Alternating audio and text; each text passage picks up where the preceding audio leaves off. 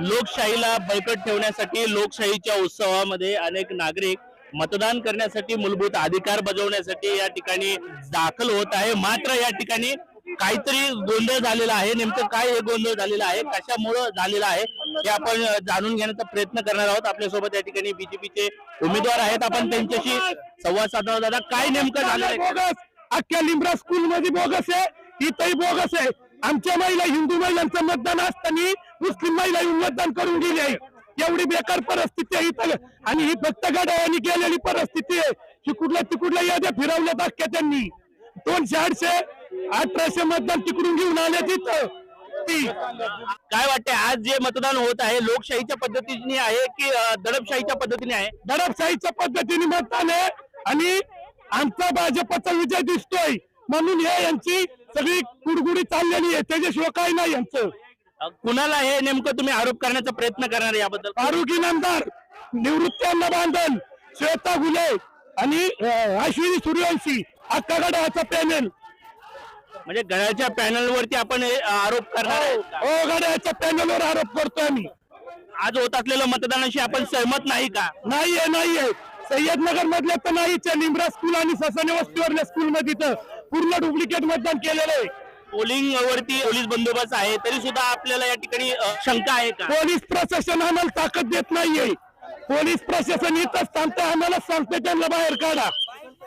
Police प्रशासन ताकद देत नाही आम्हाला। आतमध्ये आरोपही होत आहे की बोगस मतदान त्या ठिकाणी होत आहे म्हणून, त्याबद्दल काय सांगा? आमच्या समोर बोगस मतदान झालेलं आहे तिथं। 2 मिनिटापूर्वी एक महिला 26 वर्षाची महिला येऊन वोटिंग करून गेली, 37 वर्षाच्या महिलेचं। सकाळपासून साधारणतः किती बोगस मतदान झालेले आहेत असं तुम्हाला वाटतं? आम्हाला आकडेवारी काढल्यावरती आम्ही सांगू की तुम्हाला।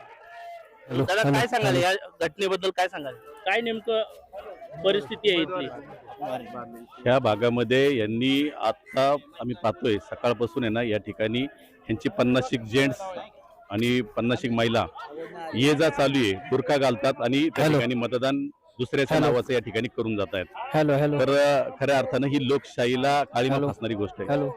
आमच्या सारखे सर्वसामान्य कार्यकर्ते आज या ठिकाणी इतक्या मोठ्या प्रमाणावरती इतका चांगला प्रतिसाद या जनतेचा आहे, आणि या ठिकाणी फारुख इनामदारचे जे कार्यकर्ते आहेत त्यांनी या ठिकाणी अतिशय चुकीची दादागिरी गुंड या ठिकाणी आणलेले आहेत, आणि दादागिरी त्यांची या ठिकाणी चालू आहे।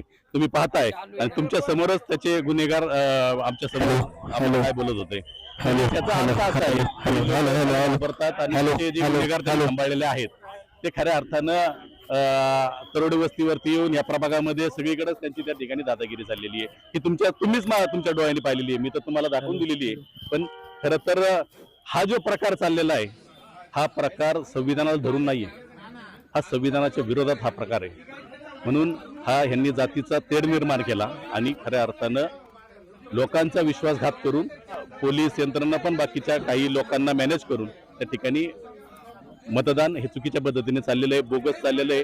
अनेक महिला या ठिकाणी मला भेटल्या, त्या महिला मला सांगत होत्या, दादा आमचं मतदान ऑलरेडी आम्ही कोणतरी करून गेलेलं आहे। म्हणजे जे मतदार आमचे हिंदू मतदार त्या ठिकाणी आलेत त्यांचं मतदान ऑलरेडी तिथं झालेलं होतं। सगळ्या गोष्टीचा कुणाला आरोप करण्याचा प्रयत्न आपण करणार? हॅलो, मी उमेदवार आहे, तुम्ही मला नका सांगू तुम्ही मगाशी काय केलं ना।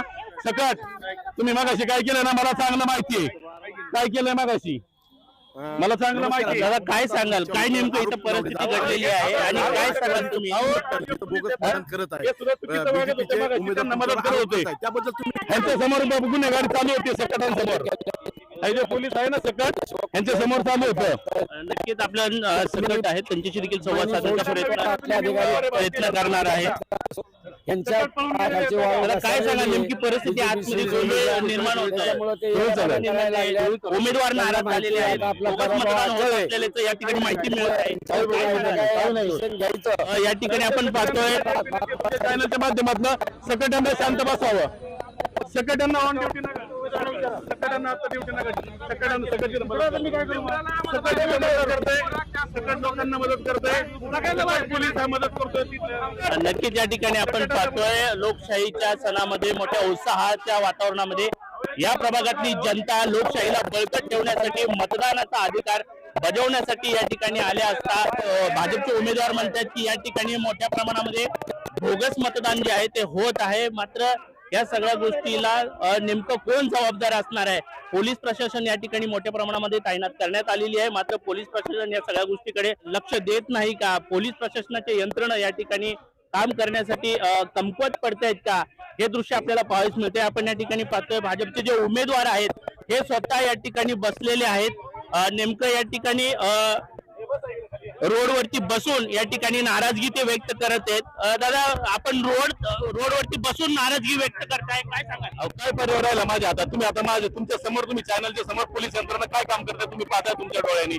मी सांगतोय अहो सकट हा मॅनेज पोलीस आहे, त्याला बाहेर काढा, तर त्याला सुद्धा बाहेर काढत नाहीयेत. तुम्ही पाहिलंय ना आता तुमच्या डोळ्यासमोर आहे. आणि काय आहे आज आम्ही एवढे जण सगळे एवढा चांगला प्रचार करून एवढी सगळी चांगली यंत्रणा लावून आज या गुन्हेगारांनी या ठिकाणी नको केलं. गुन्हेगाराचा दंडशाही वापरून आज लोकांचं या ठिकाणी सगळं बोगस मतदान करून घेतलेलं यांनी. काय गरज आहे? आम्ही काय बोलत नाही म्हणून आमचा फायदा उचलतात. लिंबरामध्ये अख्खी त्यांची लोक आतमध्ये, आम्हाला बाहेर काढले पोलिसांनी. अजिबात कोऑपरेट केलेलं नाही आम्हाला.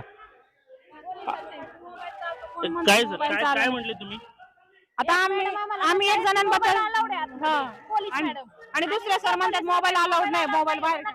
कोण पोलीस मॅडम? इथं होते आता गेले, त्यांचं नाव पण नाही मला माहिती. इथंच होते, गेले आतमध्ये त्या. काय करायचं? नक्कीच. त्याचबरोबर आपण पाहतोय काळेपडवळचे वरिष्ठ पोलीस निरीक्षक मानसिंग पाटील यावेळेस या ठिकाणी दाखल झालेले आहेत. ते नेमकं उमेदवाराला समजवण्याचा प्रयत्न करतात. मात्र पुढे चालून काय होणार आहे आता हे पाहणं देखील गरजेचं आहे. नक्कीच आपण या ठिकाणी पाहतोय महिला आहे. महिलाचं मतदान करायला गेला असताना सांगितलं गेलं की ऑलरेडी तुमचं मतदान झालेलं आहे, त्यांना मतदान करू देत नाही. काय नेमकं झालंय त्यांच्यासोबत आपण जाणून घेऊया. काय नेमकं तुमच्यासोबत झाले, काय सांगा? मी आत्ताच आली आणि ऑलरेडी ते बोलले की तुमच्या नावावरती सकाळीच वोटिंग झालेलं आहे, पण मी आत्ता आली तर वोटिंग कसं काय केलं?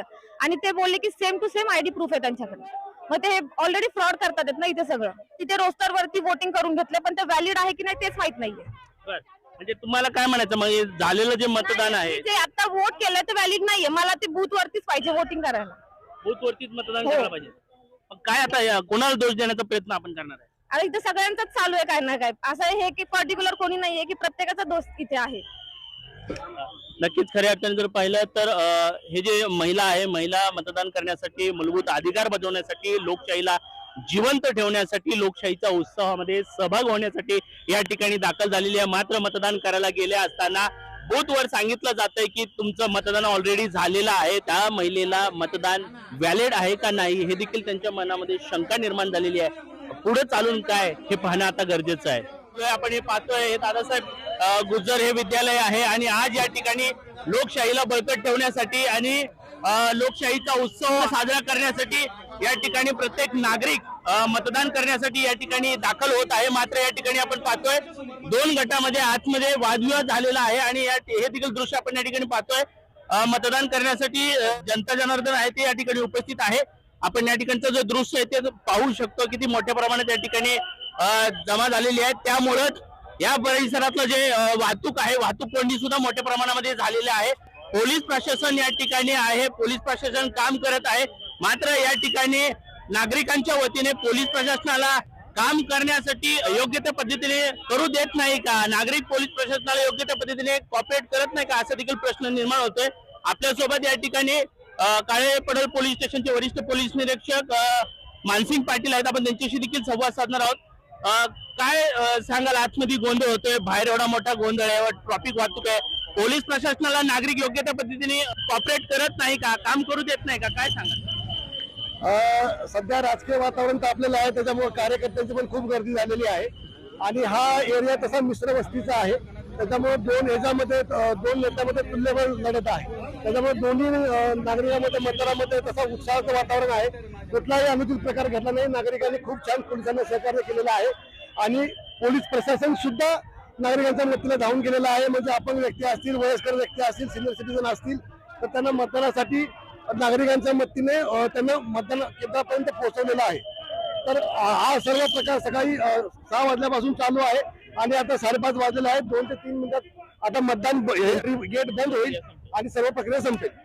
नक्कीच आतमध्ये वादविवाद झालेला आहे. नागरिकांचं म्हणणं आहे की पोलीस प्रशासन या ठिकाणच्या निर्माण झालेल्या परिस्थितीला सामोरे जाण्यासाठी यंत्रणा कमी पडतात का, नागरिकांचा प्रश्न आहे. आपला प्रश्न अगदी सूचक आहे, पण नागरिक आणि पोलिसांमध्ये एक चांगली समन्वयाची भूमिका राहिली. कारण मी याच पोलीस स्टेशन मध्ये आहे आणि नागरिकांशी माझा चांगला समन्वय आहे, नेहमी उठबस आहे. त्याच्यामुळे कुठलाही अनुचित प्रकार झाला नाही. काही घटना अशा घडल्याच्या गैरसमजातून झालेल्या आहेत किंवा बोगस वोटिंग संदर्भातल्या आहेत, पण बोगस वोटिंगचं हे नागरिकांची तक्रार होती, त्याबाबत आम्ही त्यांना योग्य ती समज दिलेली आहे, त्याची माहिती दिलेली आहे आणि त्या उमेदवाराचं समाधान झालेलं आहे. आज या ठिकाणी झालेलं मतदान हे लोकशाहीच्या पद्धतीने आहे की दडपशाहीच्या पद्धतीने झाले आहे. संपूर्ण मतदान प्रक्रिया लोकशाही पद्धतीने झालेली आहे. नक्कीच या ठिकाणी आपण पाहतोय. काय सांगतात सर, आता आज इलेक्शन झालं त्याबद्दल तुम्ही काय बोलणार आहात? पुणे शहरातील परिमंडळ 6 मध्ये एकूण 6 पोलीस स्टेशन्स येतात. सर्व पोलीस स्टेशन मध्ये अगदी शांततेत मतदान पार पडलेलं आहे. सकाळी थोडीशी गर्दी होती, त्याचबरोबर संध्याकाळी गर्दी होती, परंतु पोलिसांनी सतर्क राहून संवेदनशील भागामध्ये चांगल्या पद्धतीने पेट्रोलिंग केली. त्याचबरोबर प्रत्येक बूथवरती सुद्धा आम्ही भरपूर बंदोबस्त ठेवलेला होता. ज्या ज्या ठिकाणी आम्हाला पत्रकार असतील किंवा नागरिक असतील किंवा इतरांकडून कॉल मिळत होते, आम्ही त्या ठिकाणी तातडीने पोहोचत होतो. परिस्थितीचा अंदाज घेऊन त्या ठिकाणच्या लोकांना योग्य ते मार्गदर्शन करत होतो.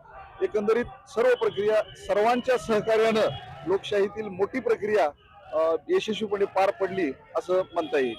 तुम्ही जर आमच्या चॅनलवरती नवीन असाल तर आमच्या चॅनलला लाईक, शेअर व सबस्क्राईब करा. तसंच बेल आयकॉनचं बटन दाबून कमेंट करायला मात्र विसरू नका, कारण बातमी तुमची, साथ आमची. आपल्या हक्काचं चॅनल. धन्यवाद.